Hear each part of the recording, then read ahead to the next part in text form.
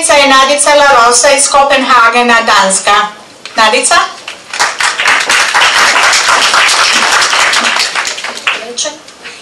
Moja pjesma se zove Postoji vrijeme. Postoji vrijeme u kojem samo prolazim nijema, od čežnje i želje slijepa. Postoji vrijeme u kojem osjećam svaku napisanu riječ kao da je moja. Postoji vrijeme kada suza uzalud cakli se na obrazima davno nedosanjanog sna. Postoji vrijeme u kojem ne živimo, već kao slijepi putnici krademo stvarnost.